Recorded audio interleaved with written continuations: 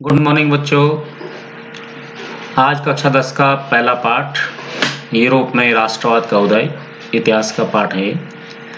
Rise of nationalism in Europe first part इसको पढ़ाएंगे। ये काफ़ी लंबा पाठ है तो हम धीरे धीरे आगे बढ़ेंगे। तो शुरू करते हैं। देखो, सबसे पहले इस चित्र को आप देख रहे होंगे। आप ये फ्रांसीसी कलाकार फ्रेडरिक सारियो द्वारा बनाया गया एक विश्वव्यापी चित्र है और ये चित्र सन 1848 ईस्वी में जब फ्रांस चित्र के द्वारा एक कलाकार थे, उन्होंने इसको जैसे कि ऊपर लिखा है, जनतांत्रिक और सामाजिक गणतंत्रों का एक स्वप्नों का राष्ट्र। जनतांत्रिक मन ऐसी सरकार जिसमें ऐसा राष्ट्र हो जिसमें लोग अपने शासक का चुनाव करें, समाज में रहने वाले सभी लोगों की उसमें भागीदारी हो। ऐसे सपना जो है इस सारी दुनिया के लिए फ्रेडरिक सारियो ने ये कल्पना की थी। देखो, यहाँ विभिन्न देशों के झंडे लिए हुए लोग, महिलाएं और पुरुष, छोटे से और बड़े लेकर के बहुत लंबी लाइन लगी। पूरी लंबी लाइन में जो है आगे तक यूरोप और अमेरिका के सारे देश, क्योंकि उस समय यूरोप में जो है क्रांति के पश्चात राष्ट्र राज्य बने थे, देश बने थे, अनेक लोकतांत्रिक राज्य बने।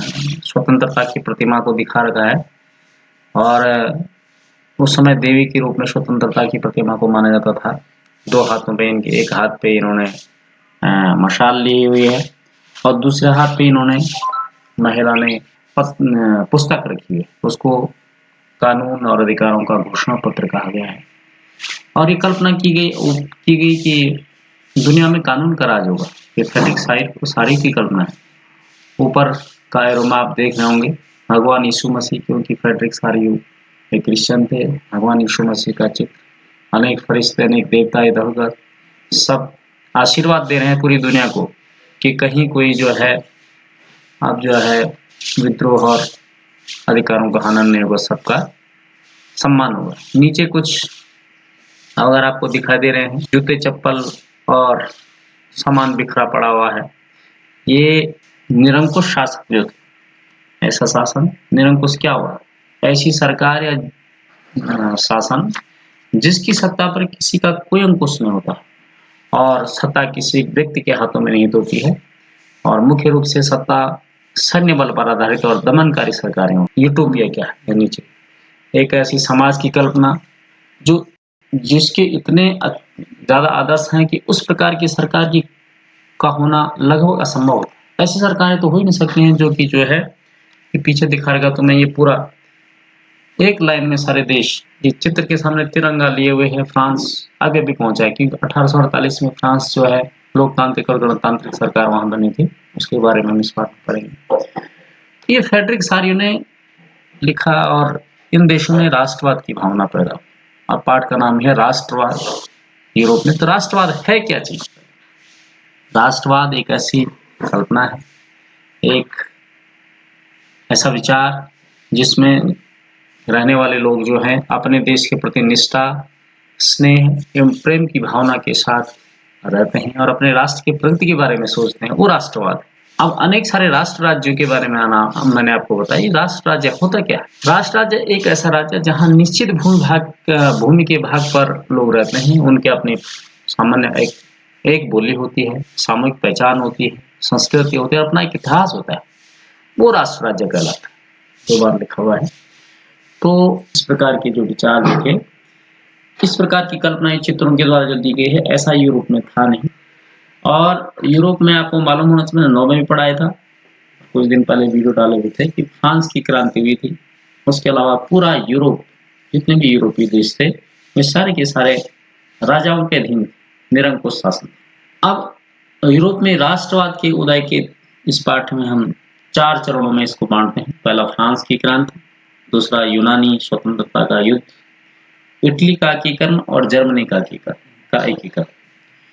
इन सब जो चारों की चारों जो क्रांति और युद्ध हुए हैं, जो परिवर्तन हुए हैं, इन सब के अंतर्गत राष्ट्रवाद छिपा हुआ है। कोई राजा के नाम से जाना जाता था, राजा उस पर सर्वोपरि होता था और राजा एक व्यक्ति के पास सारे अधिकार होते थे।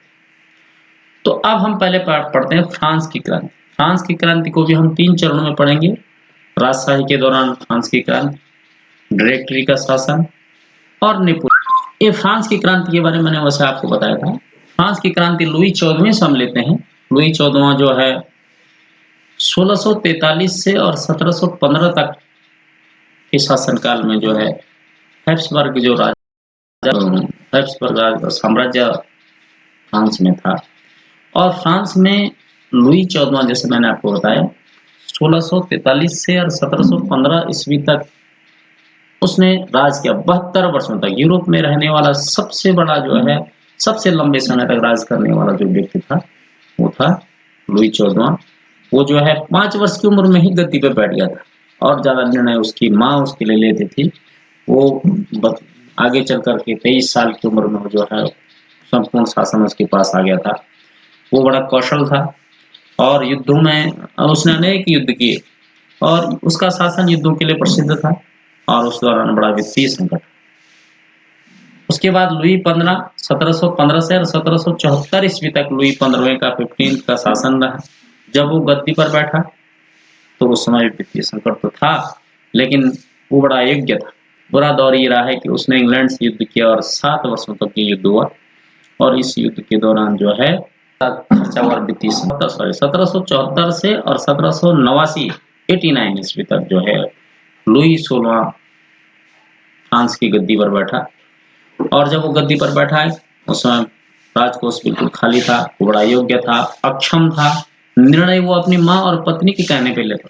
रानी एंटोनियट है, उसकी पत्नी के बारे में एक इंग्लैंड में इतनी भुखमरी हो गई थी, उन्होंने कहा ये या तो हमें रोटी दो या मौत दो।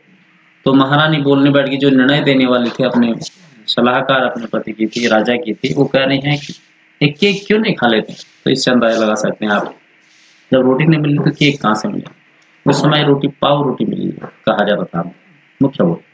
तो बच्चों समाज उस समय ऐसी व्यवस्था थी कि 3 स्टेटों में समाज बटा हुआ था, प्रथम द्वितीय और तृतीय स्टेट में। और कर की व्यवस्था के बारे में मैं आपको बताऊं, उस समय राजा ने अनेक कर लगाए, यहाँ तक कि खाने पे भी कर लगाए, पाव रोटी उस पे भी कर लगा दी। और कर देने वाले केवल जो थे जनसाधारण लोग थे, तृतीय स्टेट के लोग, बड़े व्यवसायी, व्यापारी, अदालती, किसान, कर्मचारी, कारीगर, छोटे श्रमिक, भूमिहीन, मजदूर, नौकर, ये सारे कर देते थे। जबकि पादरी वर्ग और कुलीन वर्ग के जो उच्च वर्गों के लोग थे कर वसूलते थे और उसमें जनता त्राहि में। उसके पश्चात 14 जुलाई सन 1789 ईस्वी को फ्रांस के बास्तिल के दुर्ग को ध्वंस कर दिया गया। जब आज जनता परेशान हो गई तो लोगों को ये लगा कि राजा ने सेना भेज दी है, लोगों पर अत्याचार कर रही है। तो 14 जुलाई सन 1789 ईस्वी को जो है राजा जहां जिस दुर्ग में रहता उस बास्तिल के किले को विध्वंस कर दिया, उसको घृणा की दृष्टि से देखते। और उस समय जो है निरंकुश शासन राजा का समाप्त हो गया और वहां संवैधानिक राजतंत्र, राजा तो बना लेकिन संवैधानिक राजतंत्र बन गया। एक नेशनल असेंबली बनी। अब जो है राजा नहीं बना, कानून बनाने का काम नेशनल असेंबली की थी, जिसमें 33 स्टेट के लोग भी थे। और वो जो है फिर फ्रांस में एक राजा का झंडा हट करके तिरंगा झंडा चुना गया। आंतरिक निर्यात और आयात कर शुल्क समाप्त कर दिए गए। समाज में मत देने का अधिकार फ्रांस में मिला, जिसमें सक्रिय और निष्क्रिय नागरिक बने। सक्रिय नागरिकों को मत देने का अधिकार मिला। क्षेत्रीय भाषाओं के स्थान पर मैंने जैसे आपको कहा फ्रेंच भाषा देश की राष्ट्रभाषा बन गई और शिक्षित और मध्यम वर्ग जो लोग थे भी आगे बढ़े। उसके अलावा जो निम्न वर्ग के लोग थे उन्होंने क्लब बनाए। इसके अलावा 1790 में फ्रांस की सेनाओं ने जो है अनेक देशों, हॉलैंड, बेल्जियम, स्विट्जरलैंड, अनेक देशों में युद्ध किया और एक फ्रांस के राष्ट्रीय झंडे के नीचे युद्ध किया। और फ्रांसीसी सेना जब वहां युद्ध करने गए तो फ्रांस का राष्ट्रगान मार्सेला वहां का राष्ट्रीय गान था। और अपने विचारों को विदेशों में ले गए, तो अपने विचार यानी अपने राष्ट्र का विचार, अपने देश का विचार। तो ये राष्ट्रवाद की भावना पैदा होने की नींव जो है हम ये माने दुनिया में यदि पड़ी, यूरोप में या दुनिया में यदि पड़ी तो फ्रांस की क्रांति से पड़ी। उसके अलावा बच्चों फ्रांस में फिर डायरेक्टरी का शासन, मैंने आपको जैसे कहा था कि राजा का शासन समाप्त। फिर राजा को क्या कहते हैं 1793 ईस्वी को फांसी पे चढ़ा करके उसको देशद्रोह की 93 और 94 में जैसे आपको कहा जेकोबिनों का शासन हुआ, वो ज्यादा देर नहीं चला। और 1794 से 1803 तक जो है फिर जो है डायरेक्टरी शासन है, मध्यम वर्ग के लोगों का, जो पढ़े लिखे लोग थे उनका शासन है। उन्होंने जो है संविधान सभा का गठन किया, लेकिन ये शासन भी ज्यादा नहीं चला। चला तो है 10 वर्षों तक इसका शासन रहा, लेकिन बड़ा भ्रष्ट शासन था। ये असेंबली में अपने आप ही लड़ते रहते थे और वहां भी समान अधिकार नहीं थे। कुछ सक्रिय नागरिक, निष्क्रिय नागरिक, इस तरह से महिलाओं के लिए अधिकार नहीं।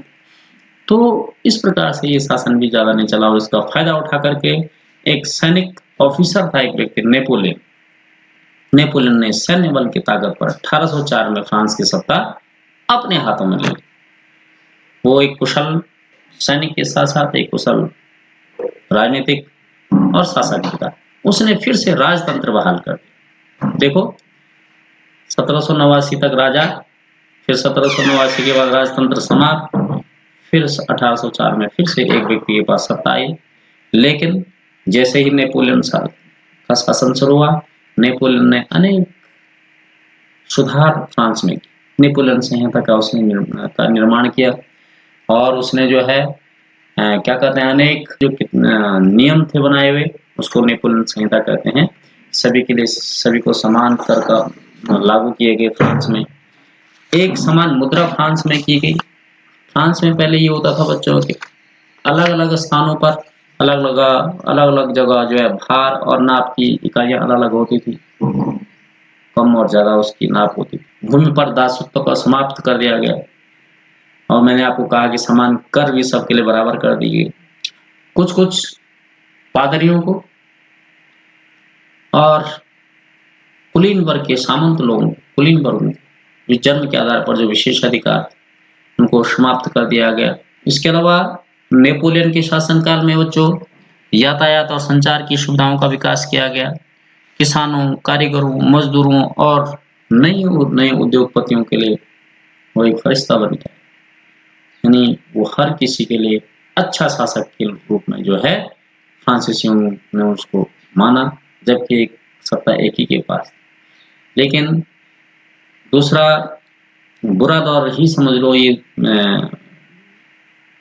नेपोलियन के शासनकाल में ये रहा कि नेपोलियन को यूरोपीय देशों को जीतने की इच्छा थी। उसने अनेक जो है यूरोपीय देशों को अपने अधीन, जैसे स्विट्जरलैंड, इटली, जर्मनी, इन अनेक यूरोपीय देशों में नेपोलियन ने सेना भेजी और साम्राज्यवाद के बल पर साम्राज्यवाद फैलाने का प्रयास किया। वहां पर राजाओं को हटा करके अपने सगे संबंधियों को, अपने समर्थकों को वहां का शासन दिया और फ्रांस में जो है जबरदस्ती भर्ती कर दी। जबरन भर्ती यानी फ्रांस के नागरिकों को जबरदस्ती अपने साम्राज्य को बढ़ाने के लिए सेना में भर्ती कर दिया। तो इस प्रकार से नेपोलियन में मिली-जुली लोगों की प्रतिक्रिया थी, लेकिन फिर भी नेपोलियन का शासन को फ्रांस में अच्छे शासन के रूप में माना। उसके पश्चात बच्चों फ्रांस के जो शासक नेपोलियन थे, उससे जो है यूरोप के अन्य देश चिढ़ गए उसकी शक्ति को देखकर।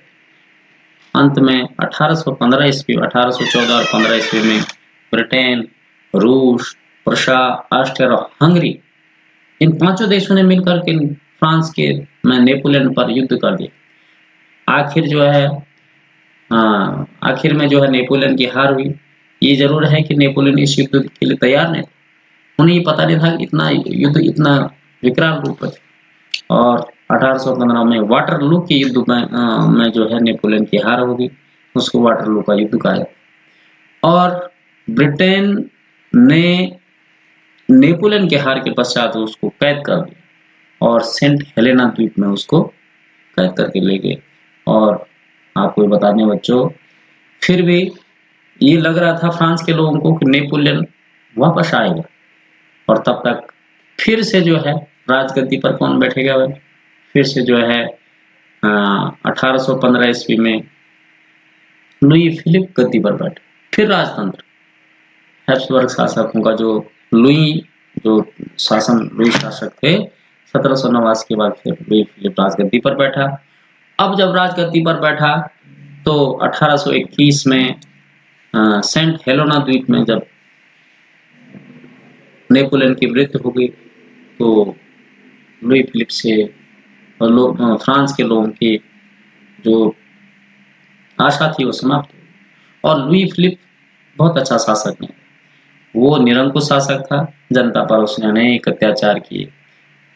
तत्पश्चात 1848 ईस्वी में मतदान के द्वारा जो है राजा को चुनने की मांग की। राजा तैयार हो गया और उसके पश्चात जो है जब राजा तैयार हो गया, भाई एक तरफ तो लुई फिलिप राजा है, वो उठेगा, तो दूसरी तरफ कौन चुनाव लड़े? तो लुई नेपोलियन नेपोलियन जो उस समय के शासक थे, उनका भतीजा था लुई नेपोलियन। वो जो है फिर एक तरफ लुई फिलिप, दूसरी तरफ से लुई नेपोलियन।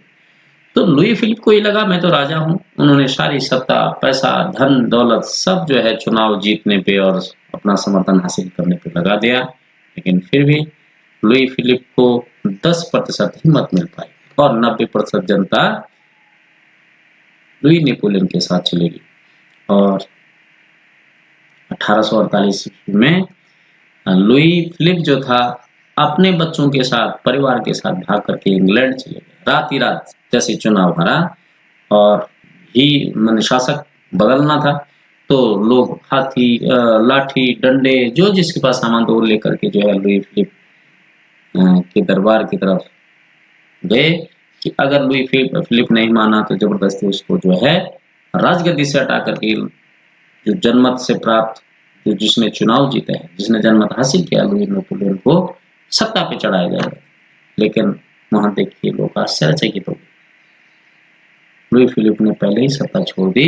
उन्हें लग रहा था कि इतनी बड़ी जो बदलाव ये जो है अब मैं नहीं यहाँ रह पाऊंगा। और उसके पश्चात लुई नेपोलियन 1848 ईस्वी में फ्रांस का, जो कि जन समर्थन पर आधारित। तो इस प्रकार से फ्रांस में चुनी हुई सरकार बनी।